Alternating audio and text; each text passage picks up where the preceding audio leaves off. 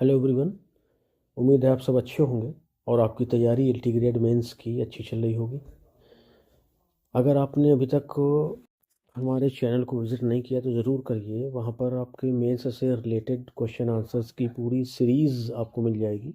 अलग अलग राइटर्स और अलग अलग जो मूवमेंट हुए हैं, अलग अलग लिटरेरी फॉर्म, आपके जॉन मिल्टन, शेक्सपियर, सभी के जो लेक्चर्स हैं क्वेश्चन आंसर के फॉर्म में, वो सारे प्ले लिस्ट वाइज जो है अपलोड कर दिए गए हैं और प्ले लिस्ट वहाँ अप टू डेट है। आप जा कर के वहाँ से अपनी तैयारी को और बूस्ट कर सकते हैं और मज़बूत बना सकते हैं।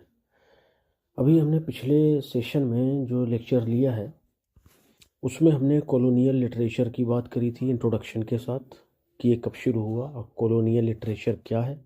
अगर आप उसके पहले पार्ट को नहीं देखें तो उसको देख लीजिए। सारी चीज़ें आपको ए टू जेड बिल्कुल क्लियर हो जाएंगी, तो फिर आपको क्वेश्चन आंसर को समझने में और आसानी होगी जो भी हम उनमें बात करेंगे। हम लोगों ने उस कॉलोनियल लिटरेचर के इंट्रोडक्शन के साथ उसकी थीम की भी बात करी थी कि उसमें क्या क्या थीम थी, उसके क्या कैरेक्टरिस्टिक्स थे, उसकी भी बात करी थी। तो वो आपके लिए मस्ट वॉच रहेगा वीडियो, जो पहला वाला पार्ट है इसका।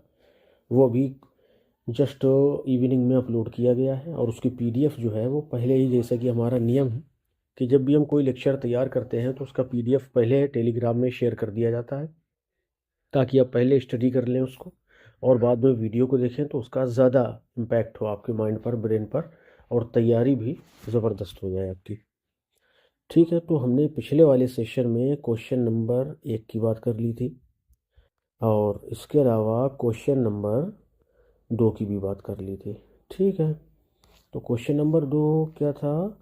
How did colonial literature justify imperialism?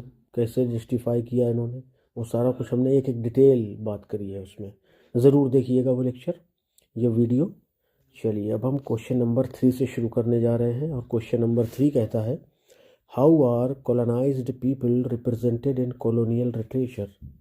Colonised people को, यानी जो ग़ुलाम बनाए गए थे, उनको कॉलोनियल लिटरेचर में किस तरह का दिखाया जाता था, ये बताना है आपको। तो अपन देखेंगे, इन colonial literature colonized people are usually represented through the lens of the colonizer। बिल्कुल सही बात है कि जो कॉलोनियल लिटरेचर है उसमें जो कॉलोनियल पीपल हैं, जो ग़ुलाम लोग हैं, उनको ग़ुलाम बनाने वाले लोगों के नज़रिए से दिखाया गया था या उनके चश्मे के थ्रू दिखाया गया था। ऑफन स्टीरियोटाइप्ड, प्राय उनको स्टीरियोटाइप दिखाया गया था। साइलेंस्ड, खामोश, या फिर डीह्यूमनाइज, उनको मानव ही नहीं माना गया था। ये समझिए आप, जानवरों से बदतर उनकी ज़िंदगी थी। जहाँ भी ये कॉलोनी इन्होंने बनाई है तो लोगों की ज़िंदगी जो है वो बद से बदतर कर दी इन्होंने।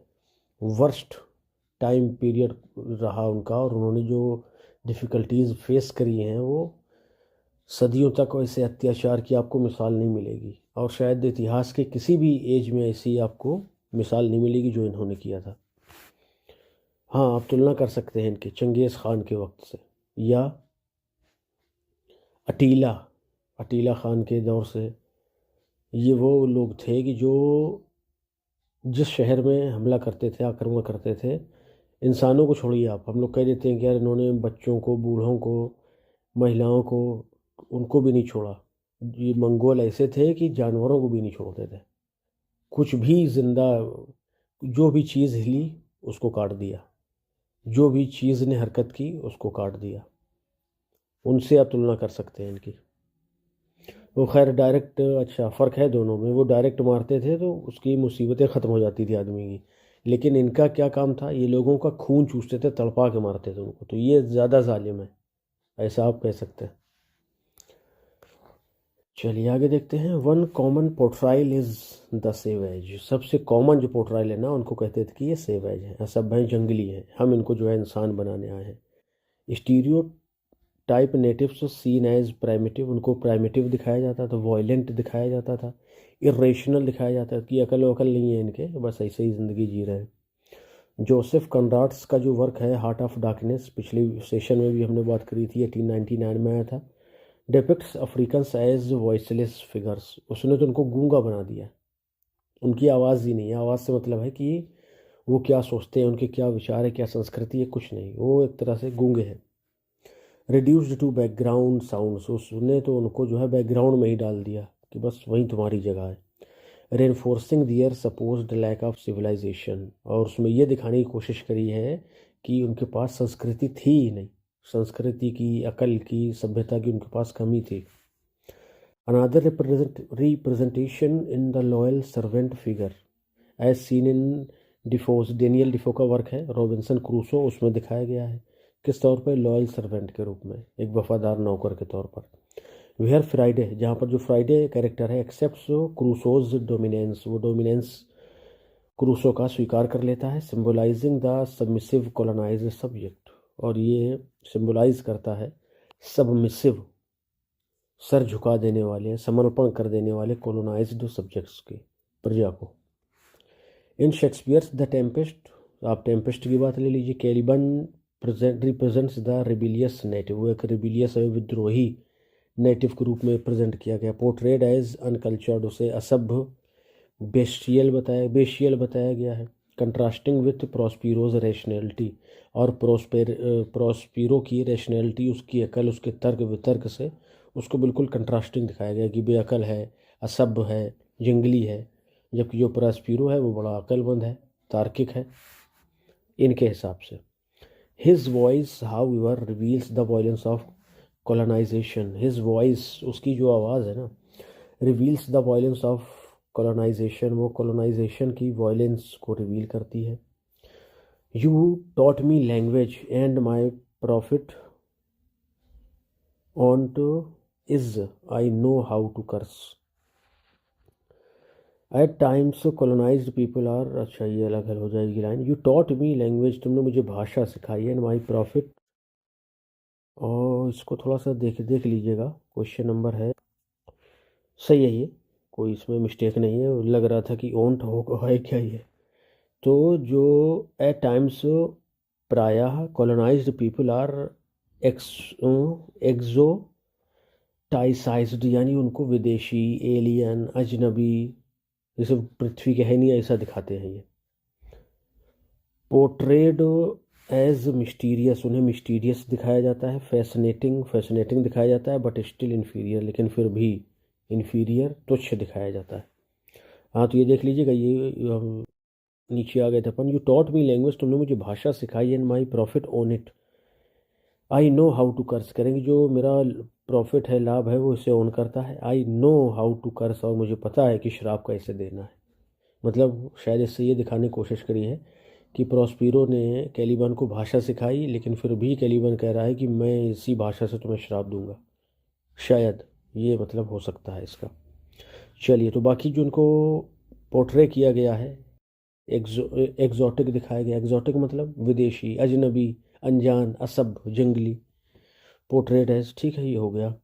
इन किपलिंग्स किम, और किपलिंग के किम वर्क में Indian culture is presented as colourful and exotic, उसे भी कलरफुल बताया गया है, एग्जॉटिक बताया गया है, बट लेकिन कलरफुल अच्छे मतलब में ले सकते हैं आप, बट ऑलवेज, लेकिन हमेशा, नीचे लाइन में आ जाइए, बट ऑलवेज, लेकिन हमेशा, under the watchful order of British empire, लेकिन वो जो कुछ भी करते थे हमेशा वो ब्रिटिश एम्पायर की नज़रों में रहते थे, या ब्रिटिश एम्पायर उन पर नज़र रखता था। येट फिर भी देयर आर काउंटर नरेटिव्स, इसके काउंटर नरेटिव भी है। The narrative of Olaudah Equiano 1789 gives a powerful first person account of slavery, वो first person account of slavery को दिखाते हैं। फर्स्ट पर्सन से मतलब है कि जैसे उन्होंने खुद उसको देखा है आमने सामने, या उसको बर्दाश्त किया है, उससे सफ़र किया है। Reclaiming the silenced voice of the colonised, और उसमें जो है reclaiming the silenced voice of the colonised लोगों की साइलेंस्ड वॉइस को रिक्लेम किया गया है। सिमिलरली इसी तरह से the history of Mary Prince की हिस्ट्री, ये जो टाइटल है 1831 का, exposes the brutality of slavery, वो गुलामी की निर्दयता को दिखाते हैं। From the perspective of an enslaved women, एक गुलाम रही औरत के परस्पेक्टिव से। सही है कि जो उसको, उससे सफ़र कर रहा है ना, जो उसको झेल रहा है, वही उसकी असली तस्वीर बता सकता है। Overall colonized literature reflects colonial जो लिटरेचर है वो रिफ्लेक्ट्स हायरार्कल वर्ल्ड व्यू को दिखाता है, but these stereotypes also laid the foundation of post colonial resistance and rewriting of history. लेकिन इन स्टीरियोटाइप्स ने जो इनकी कट्टरता थी लिखने में, इसने लेड द फाउंडेशन, वो फाउंडेशन भी रखी, नींव रखी फॉर पोस्ट कॉलोनियल रेजिस्टेंस की एंड रीराइटिंग ऑफ हिस्ट्री, और इतिहास को फिर से लिखने की।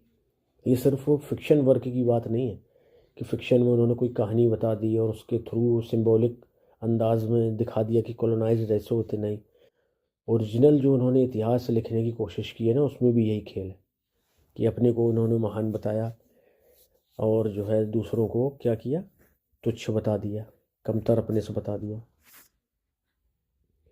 चलिए क्वेश्चन नंबर 4 देखेंगे। Compare colonial text with post colonial responses. ये अच्छा क्वेश्चन है। दोनों आपके लिटरेचर की जो ये मूवमेंट है, दोनों में कंपेरिजन भी हो जाएगा। देखिएगा, colonial text and post colonial responses offer contrasting perspectives on empire. कह रहे हैं कि एम्पायर पर पोस्ट कॉलोनियल टेक्स्ट और पोस्ट कॉलोनियल उसके जो जवाब आए ना, उसके बदले में वो ऑफर करते हैं कंट्रास्टिंग पर्सपेक्टिव्स, एक दूसरे से बिल्कुल अलग पर्सपेक्टिव्स को, ऑन एम्पायर साम्राज्यवाद पर या साम्राज्य पर। वाइल जबकि कॉलोनियल लिटरेचर जो है वॉज रिटेन लार्जली, उसे ज़्यादातर लिखा गया from the colonizer's view point, colonizer के व्यू पॉइंट से। Post colonial literature gives voice to the colonised.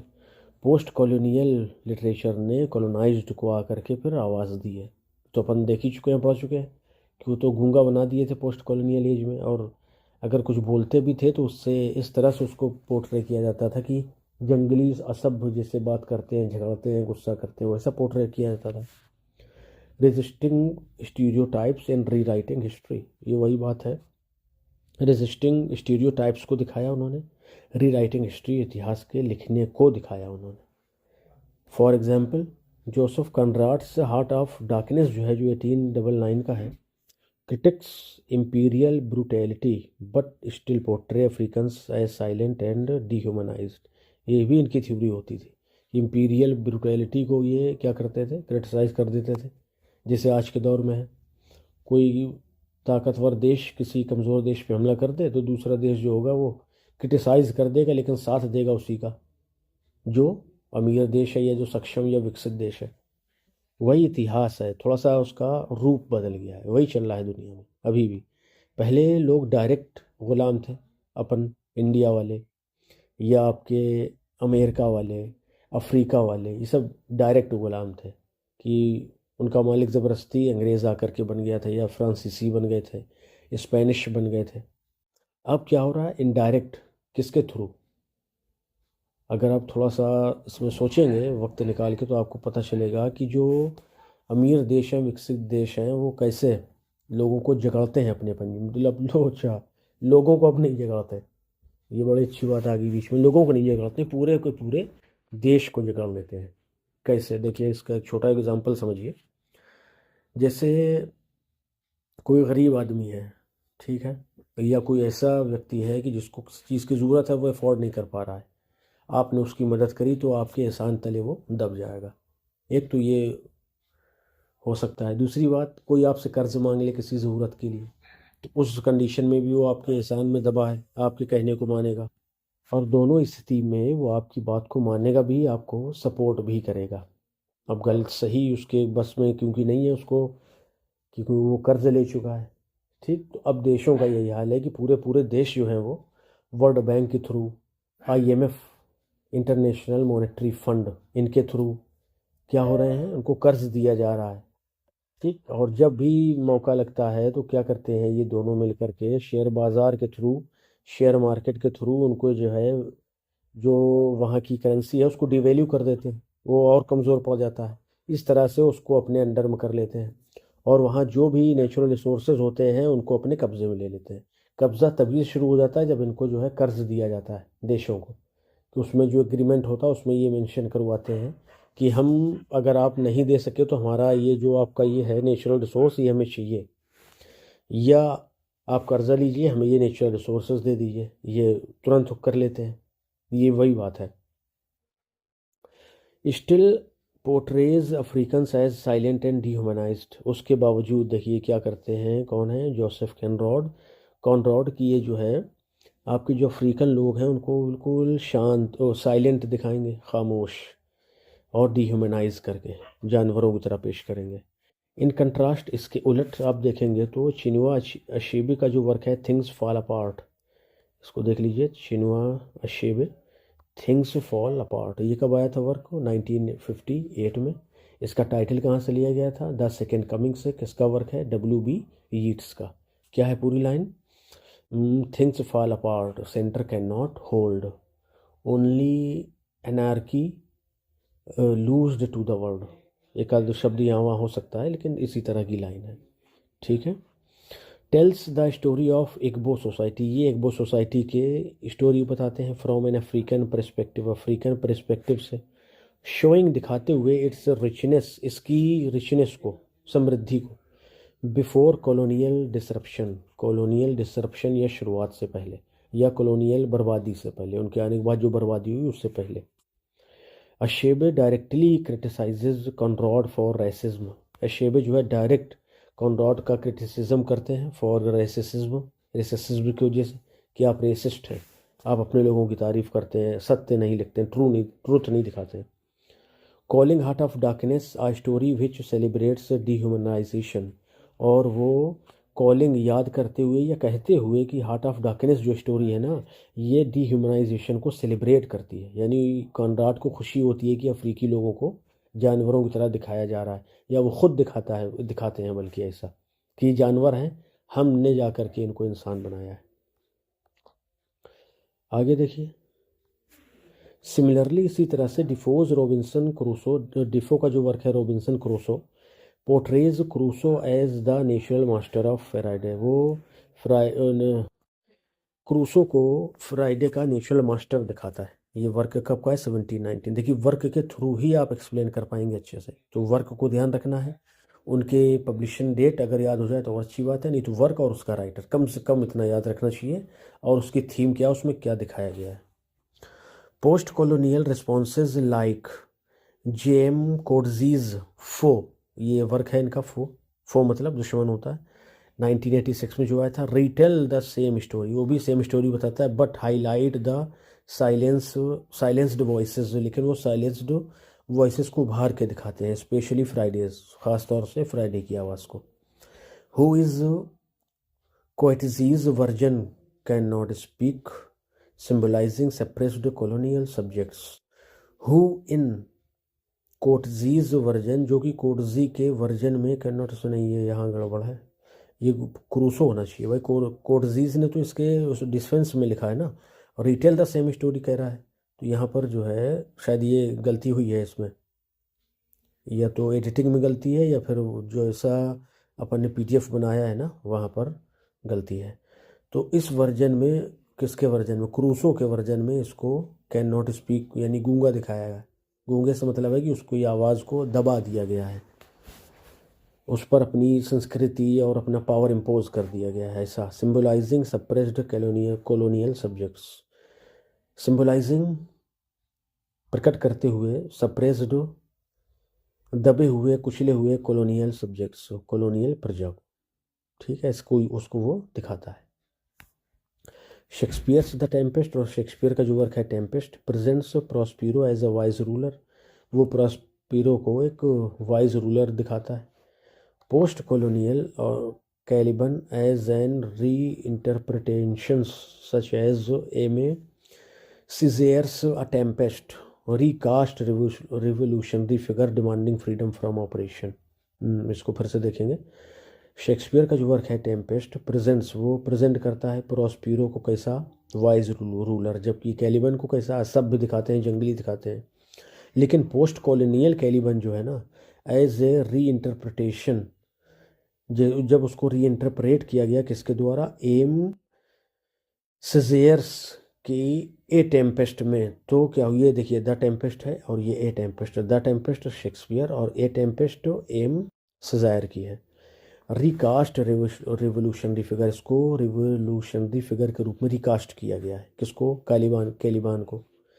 Demanding freedom from operation, जो डिमांड करता है फ्रीडम, आज़ादी फ्रॉम ऑपरेशन, उस ग़ुलामी से, सप्रेशन से। लास्ट में आ गए हैं अपन 10। इस प्रकार से वाइल कॉलोनियल लिटरेचर, जो कॉलोनियल लिटरेचर है ना, जस्टिफाइड एम्पायर को जस्टिफाई करता है।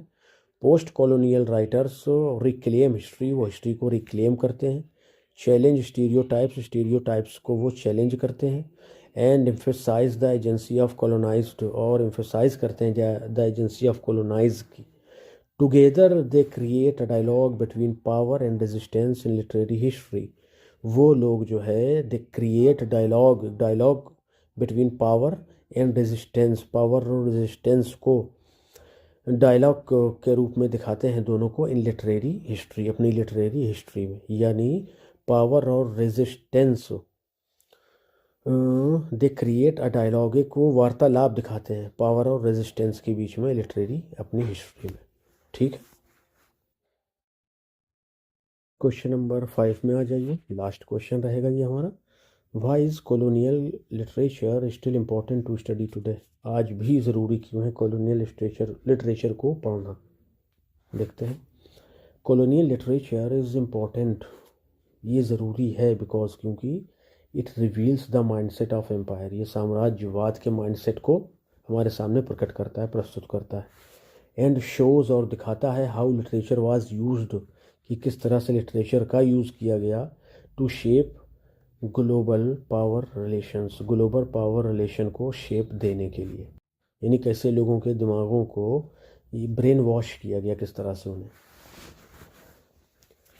देखते हैं आगे क्या कह रहे हैं। फर्स्ट, पहले तो इन डॉक्यूमेंट्स इंपीरियल आइडियोलॉजीज़, जो भी इन्होंने डॉक्यूमेंट किया, जो भी इतिहास लिखा, उसमें क्या किया है, इंपीरियल आइडियोलॉजीज़ को डॉक्यूमेंट कर लिया। उसी के हिसाब से, किसके हिसाब से, कॉलोनाइज़र के हिसाब से। टेक्स्ट, जैसे कुछ वर्क हैं किपलिंग से किम, रुडयार्ड किपलिंग का वर्क अपन डिस्कस कर चुके हैं कई बार। और Columbus journal of the first voyage to America, ठीक, ये भी। Show how colonizer justified expansion through ideas of civilization and discovery, है कैसे ये दिखाता है कि कॉलोनाइजर्स ने कैसे जस्टिफाई किया है एक्सपेंशन को, अपनी ग़ुलामी के बढ़ाने को। एक्सपेंशन मतलब बढ़ाने को, थ्रू आइडियाज़ ऑफ सिविलाइजेशन के आइडिया के थ्रू, एंड डिस्कवरी, और खोज की आइडियाज़ के थ्रू, कि जो ये सिविलाइजेशन और ये डिस्कवरी है इसके नाम पर, या justified expansion through ideas of civilization. ठीक है।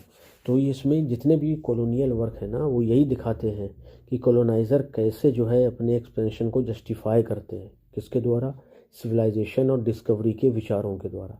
कि हम ना आते तो आप सिविलाइज ना बन पाते, और हमने नई नई जगहों की खोज की है, अगर हम खोज ना करते तो तुम जो है वहीं पाषाण काल में पड़े रहते। ये सारी चीज़ें लोगों को बेवकूफ़ बनाने के लिए। सेकंड, दूसरा क्या है, it exposes racial and cultural stereotypes, ये एक्सपोज करता है रेशियल, जातिगत, एंड कल्चरल और सांस्कृतिक स्टीरियोटाइप्स, कट्टरता को भी, मतलब उसमें ही साफ देखने को मिलेगा stereotype. By reading works like Robinson Crusoe, जैसे ये वर्क हैं जो रॉबिन्सन क्रूसो वगैरह, इनको पढ़ करके, या हार्ट ऑफ डार्कनेस को पढ़ करके, वी अंडरस्टैंड, हम समझ पाते हैं how colonised people were miss represented, कि किस तरह से इनको मिस रिप्रेजेंट किया गया है, इन्फीरियर के तौर पर, तुच्छ के तौर पर। और and how these images influenced history and politics, और कैसे इन इमेजेस ने इतिहास को और राजनीति को प्रभावित किया है। थर्ड, तीसरा क्या है, it provides insight into resistant movements, ये प्रोवाइड्स इंसाइट, ये हमें इंसाइट प्रदान करता है इनटू रेजिस्टेंस मूवमेंट में।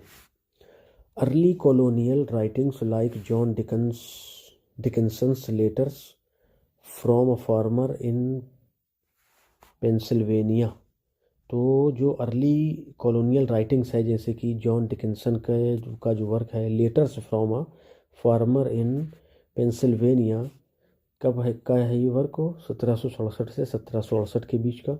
रिवील हाउ कॉलोनाइज्ड पीपल की किस तरह से कॉलोनाइज जो लोग हैं बिगैन अपोजिंग इम्पीरियल पावर, उन्होंने इम्पीरियल पावर को अपोज करना कैसे शुरू किया। सिमिलरली इसी तरह से द नरेटिव ऑफ ओलाउडा इक्वानो 1789 का वर्क है एंड द हिस्ट्री ऑफ मेरी प्रिंस ये 1831 का वर्क है। बिकेम की एबोलिशनिस्ट टेक्स्ट, ये एबोलिशनिस्ट टेक्स्ट जो है बन गए दोनों। एबोलिस्ट क्या होता है, एबोलिश क्या होता है, मिटा देना, नष्ट कर देना, ख़त्म कर देना। फाइनली अंत में आप देखेंगे स्टडीइंग कॉलोनियल लिटरेचर, लिटरेचर को स्टडी करना इज़ एसेंशियल, ज़रूरी है। ये 3 रीज़न तो बताया गया आपको। For appreciating post colonial responses, post colonial responses को अप्रिशिएट करने के लिए, उन्हें समझने के लिए, उनके दर्द को समझने के लिए। By comparing Conrad and with Achebe, Achebe के साथ आप कॉनराड को जो है क्या करिए, कंपेयर करिए। शेक्सपियर को सेज़ायर के साथ करिए। वी सी, तब हम देख पाएंगे, या हम जब कंपेयर करते हैं तो वी सी हम देख पाते हैं how literature became a battle field of power, कि जो ये लिटरेचर है ये पावर के लिए बैटल फील्ड बन गया है, आइडेंटिटी के लिए बैटल फील्ड बना हुआ है, एंड जस्टिस और न्याय के लिए बैटल फील्ड बना हुआ है। ठीक है, अच्छा थोड़ा सा और है अभी। 10 इस प्रकार से कॉलोनियल लिटरेचर रिमेन्स सिग्निफिकेंट, ये सिग्निफिकेंट बना रहता है। Not as celebration of empire, सिर्फ एम्पायर के सेलिब्रेशन के लिए नहीं, but as a critical archive, एक क्रिटिकल आर्काइव के रूप में भी। इसमें वी नहीं पढ़ा जाता है, ठीक है भाई, वी और ई, आर्काइव पढ़ेंगे इसको। हेल्पिंग अस, ये हमारी मदद करता है रिकॉग्नाइज, पहचानने में the legacies of colonialism, colonialism की विरासत को समझने में। ठीक, सही बात है कि अगर वो अपन ना जानते होते ना तो आज जो चल रहा है दुनिया में उसको नहीं समझ सकते थे अपन। That still shape the modern world, जो अभी भी आधुनिक दुनिया को शेप दे रहा है। जो हमने बात अभी करी आपसे कि ये कोई न किसी बहाने से यही सब किया करते थे। जैसे आप प्रेजेंट टाइम में देखिए 20 या 21st सेंचुरी में, पहले उन्होंने इराक पे हमला किया, अमेरिका ने बहाना बना के इनके पास जो है बायोलॉजिकल वेपन है। फिर आपके अफ़गानिस्तान पे हमला किया, अफ़गानिस्तान पे पहले हमला किया था, इराक में बाद में हमला किया, फिर लीबिया में हमला किया, सोमालिया में हमला किया, चेचेनिया में हमला किया, जाना जाने कितने नाम हैं जहाँ पर उन्होंने हमला किया। और वहाँ अभी तक 10-10, 20-20 साल हो गए हैं, वहाँ पर अभी एक स्टेबलाइज्ड गवर्नमेंट नहीं आ पा रही है। जो ये दिखावा करते हैं ना कि हम सिविलाइज्ड करने जा रहे हैं या हम जो है इंसाफ करने जा रहे हैं, वहाँ ये जब पहुँचते हैं ना तो अन्याय और नाइंसाफ़ी तभी से शुरू होती है। पहले रही होगी जो रही होगी, इनके जाने के बाद जो उसका ग्राफ और उसका जो लेवल है ना कई गुना बढ़ जाता है। तो ये वही सब चीज़ें हैं जो कॉलोनियल एज में थी, रूप बदल गया है उसका। पहले बताया नहीं कि लोगों को गुलाम बनाया जाता है, अब देशों को गुलाम बनाया जाता है। देश से मतलब हम आपके पास डायरेक्ट नहीं जाएंगे ये, और आपको अपनी पॉलिसीज़ के थ्रू गुलाम बना लेंगे, वर्ल्ड बैंक और IMF के थ्रू बना लेंगे। ठीक है, आपकी मदद करके उधार दे के गुलाम बना लेंगे आपको, आपके जो नेचुरल रिसोर्सेज हैं उसको भी कब्जा लेंगे। चलिए, तो ये था आज का लेक्चर आपका कॉलोनियल लिटरेचर पर। ये लास्ट रहेगा, 2 लेक्चर में आपका कॉलोनियल लिटरेचर जो है पूरा हुआ, 5 क्वेश्चन और उसके इंट्रोडक्शन के साथ में। अब अगले लेक्चर से हम पोस्ट कॉलोनियल लिटरेचर को पढ़ना शुरू करेंगे। ठीक है, चलिए, चैनल पर प्लेलिस्ट वगैरह हैं, खूब आराम से देख लीजिए। PDF के लिए आपको वीडियो के लास्ट डिस्क्रिप्शन में लिंक मिल जाएगा, उससे आप टेलीग्राम ज्वाइन कर लीजिए, वहाँ सारी PDF आपको मिलती रहेंगी। तैयारी बढ़िया करिए, इस बार एक सीट लेनी है आपको। ठीक है, चलिए मिलते हैं, till then bye bye, thank you.